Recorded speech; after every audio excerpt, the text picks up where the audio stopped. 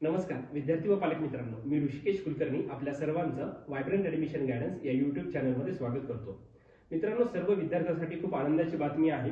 ते म्हणजे BMS, BHMS आणि BUMS यासाठीचा जो पुढचा मॉपअप राऊंड होणार होता, यासाठी सर्वजण वाट पाहत होते. एक्झॅक्टली हा राऊंड होईल का नाही असे अनेक जण याच्या संभ्रमात होते, परंतु या राऊंडचा एक्झॅक्टली टाइम टेबल आलेला आहे. त्यासोबतच दुसरी महत्त्वाची आणि आनंदाची गोष्ट काय आहे, तर अनेक BHMS कॉलेजला, न्यूली कॉलेजला परमिशन भेटलेली आहे आणि बऱ्यापैकी सीट्स अजून आता वाढलेल्या आहेत. ते एक्झॅक्टली कॉलेजेस कोणते आहेत आणि पुढचा टाइम टेबल कशा पद्धतीने आहे, त्याच पद्धतीनं कोणते विद्यार्थी इलिजिबल आहेत, कोणते विद्यार्थी इलिजिबल नाही आहेत, आणि ही चॉईस फिलिंग कशा प्रकारे करायची आहे, ही चॉईस फिलिंग करता येईल का, आणि त्याचप्रमाणे सर्व विद्यार्थ्यांना या राऊंडसाठी स्कॉलरशिप भेटेल का, असे अनेक प्रश्न या व्हिडिओच्या माध्यमातून मी आज कव्हर करणार आहे. तर आता आपण पाहूया की एक्झॅक्टली ही नोटीस कशा रिगार्डिंग आहे. तर हेडिंग मध्ये बघा काय सांगितलेलं आहे, newly added Ayurvedic BMS colleges and schedule for special mop up round for BMS, BHMS, BUMS. म्हणजे newly added colleges plus special round for BMS, म्हणजे आधीचे 3 राऊंड झाले त्याच्यासाठीचा पुढचा राऊंड, त्याला नाव दिलं त्यांनी स्पेशल मॉपअप राऊंड. आता याचं महत्त्वाचं काय ते तुम्हाला सांगतो. All the desirous candidates who have filled the preferences for Group B courses are hereby informed that she can fill new or fresh preferences, including choice for newly permitted colleges in special mop-up round by using his her login and password. म्हणजे ते विद्यार्थी, ज्या विद्यार्थ्यांनी आधी options दिलेले आहेत plus आता ह्या नवीन कॉलेजचे जरी ऑप्शन्स द्यायचे असतील तर असे सर्व विद्यार्थी या कॉलेजेससाठी नव्याने ऑप्शन्स त्यांच्या लॉग इन मधून देऊ शकतात. याचा टाइम टेबल कशा पद्धतीने आहे तर इथे पहा, display of provisional seat matrix. आधी आता सीट मॅट्रिक्स येईल. आता ही सीट मॅट्रिक्स कसं आहे, हे न्यूली कॉलेज ऍड झालेले ते तर असणारच आहे, प्लस जे आधी होते फर्स्ट राऊंड झाला, सेकंड राऊंड झाला आणि मॉपअप राऊंड झाला, या 3 राऊंड नंतर ज्या जागा शिल्लक राहिल्या त्याला म्हणतात वॅकंट सीट्स. ह्या सर्व सीट्स एक्झॅक्टली किती आहेत याचं सीट मॅट्रिक्स आपल्याला उद्या म्हणजे 21 तारखेला समजणार आहे. त्यानंतर मग काय तर त्यांची चॉईस फिलिंग करायची, ऑनलाईन प्रिफरन्सेस और choice filling for BMS, BHMS, BUMS 22 तारखेपासून 25 तारखेच्या रात्री 12 वाजेपर्यंत. 22 तारखेपासून 25 तारखेपर्यंत आपल्याला काय करता येईल, या सर्व कॉलेजेससाठी आपल्याला चॉईस फिलिंग करता येईल.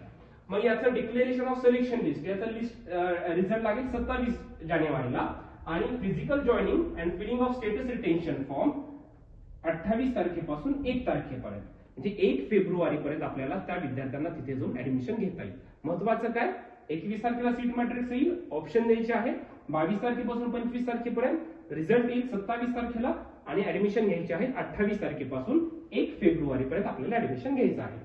आता याच्यात दुसरी गोष्ट लगेच कव्हर करूया की आता हे कॉलेजेस कोणते आहेत नवीन ऍड झालेले आणि त्यानंतर कोण इलिजिबल आहे किंवा कोण नाही आणि चॉईस फिलिंग कशा पद्धतीने करता येईल.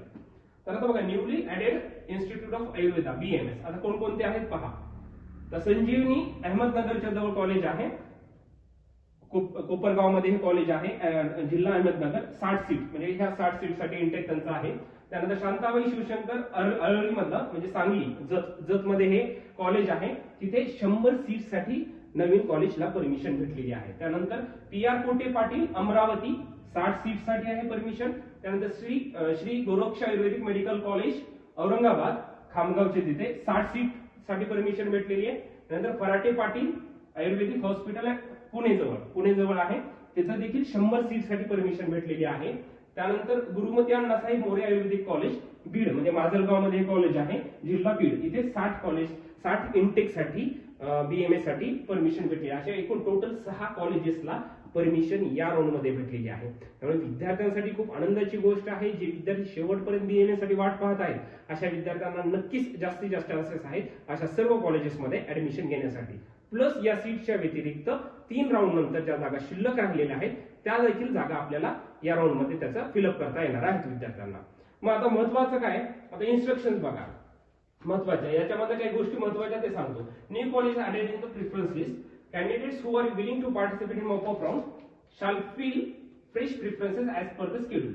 आता याच्यातलं फक्त तुम्हाला काही महत्वाच्या गोष्टी सांगतो की ज्या विद्यार्थ्यांनी आतापर्यंत म्हणजे फर्स्ट राऊंड झाला, सेकंड राऊंड झाला, त्यानंतर मॉपअप राऊंड झाला, या 3ही राऊंड मध्ये चॉईस फिलिंग केली होती आणि त्या एखाद्या विद्यार्थ्याला जर आता मॉपअप राऊंड पर्यंत कोणतं कॉलेज मिळालं असेल, ऍडमिशन घेतलंय, अशा विद्यार्थ्यांना पुढच्या राऊंडला जायचं असेल तर त्यांना अपग्रेडेशन आहे का, हो आहे, असे विद्यार्थी डायरेक्टली चॉईस फिलिंग करू शकतात. तुम्हाला इथे सर्व नियम आहेत, हे तुम्ही वाचला तर तुम्हाला सर्व कळेल. तरी मी तुम्हाला एक सांगतो. आता बघा, candidates who have not reported or cancel the allotted colleges of the mop-up round should fill in choices during this round. Such candidate, if failed to fill the preferences during this round, will not be considered for allotment. म्हणजे बघा, आता mop up round मध्ये तुम्हाला college मिळालेलं होतं, परंतु तुम्ही तिथे ऍडमिशनच घेतलं नव्हतं, तर असे विद्यार्थी राऊंडच्या बाहेर गेलेत का? बिलकुल नाही. अशा विद्यार्थ्यांना चॉईस फिलिंग करता येते. त्यांनी चॉईस फिलिंग करायची आहे. कॉलेज मिळालं तिथे जाऊन ऍडमिशन घ्यायचं, म्हणजे ते राऊंडच्या बाहेर गेलेले नाही. जरी तुम्ही तिसऱ्या राऊंडला मॉपअप राऊंड मध्ये कॉलेज मिळालं होतं, ऍडमिशन नाही घेतलं, यातली पहिली गोष्ट तुम्हाला काय सांगितली आहे? मॉपअप राऊंड पर्यंत तुम्हाला ऍडमिशन भेटलंय, जाऊन ऍडमिशन घेतलंय आणि आता पुढे जायचं आहे, जाऊ शकता. ज्यांनी ऍडमिशन घेतलं नाही ते देखील जाऊ शकतात.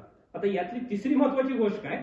ऍडमिशन घेतलंय तिसऱ्या राऊंडला म्हणजे मॉपअप राऊंडला, परंतु आम्ही रिटेन्शन फॉर्म भरलाय, मग काय केलं पाहिजे?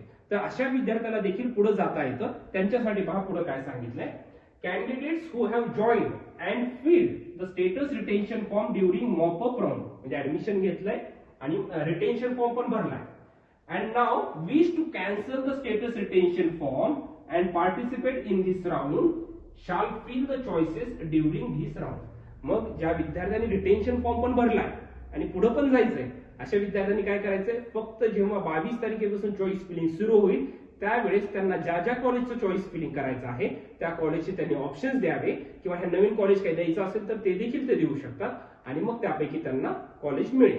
म्हणजे काय सांगितलंय? रिटेन्शन फॉर्म जरी भरला तुम्ही तरी जाऊ शकतात पुढच्या राऊंडला. मग यासाठी तुम्हाला जाऊन कॉलेजचं काय तिथे जाऊन आता रिटेन्शन कॅन्सल करण्याची वगैरे काही गरज नाही. फक्त तुम्ही चॉईस फिलिंग केली पाहिजे. असं नाही की ऑटोमॅटिक काय होणार, तुम्ही चॉईस फिलिंग केलीच पाहिजे, तर तुम्ही पुढच्या राऊंडला इलिजिबल होणार, ज्यांनी रिटेन्शन फॉर्म भरला आहे त्यांच्यासाठी. आता पहा पुढचा महत्वाचा point. Candidates who have filled status retention form during mop up round should note if they do not fill preference during this round, their status retention status will not be cancelled. समजा आता retention form भरलाय आणि तुम्ही choice feeling पण नाही केली तर तुमचं रिटेन्शनचं तो ऍज इट इज राहणार आहे. तुम्हाला या राऊंडचा काहीच बेनिफिट भेटणार नाही. या राऊंडला जायचं असेल तुम्हाला तर तुम्ही रिटेन्शन फॉर्म भरलेला पण असेल तर तुम्हाला चॉईस फिलिंग करावी लागणार. नाही केली तर तुमचं ते रिटेन्शन फॉर्म तसाच राहणार. पुढचा पॉइंट बघा. Candidates who have join and not filled status retention can also fill in choices in this round. If any such candidate fail to fill choices during this round, it will be deemed that such candidate do not want to betterment and the seat will be auto retained. समजा तुम्ही आता retention form भरलाय आणि choices पण दिल्या नाही, म्हणजे समजा रिटेन्शन फॉर्म भरला नाही आणि तुम्ही चॉईसेस पण दिल्या नाही, तर त्या विद्यार्थ्यांचं कसं होईल? त्यांची बेटरमेंट काही होणार नाही. म्हणजे असं समजेल की ते विद्यार्थ्यांचं ते कॉलेज ऑटो रिटेन झालेलं आहे. Candidate who were not allotted any colleges up to mop up round can also fill the choices in this round. If any such candidate fail to fill new choices, the choices filled during mop-up round will be considered for allotment. आता हा एक नियम महत्वाचा आहे. आतापर्यंत 3 round झाले, first round, second round, mop up round. या तिन्ही राऊंड मध्ये विद्यार्थ्यांनी चॉईस फिलिंग केलेली होती, परंतु त्यांना एकही कॉलेज भेटलं नाही.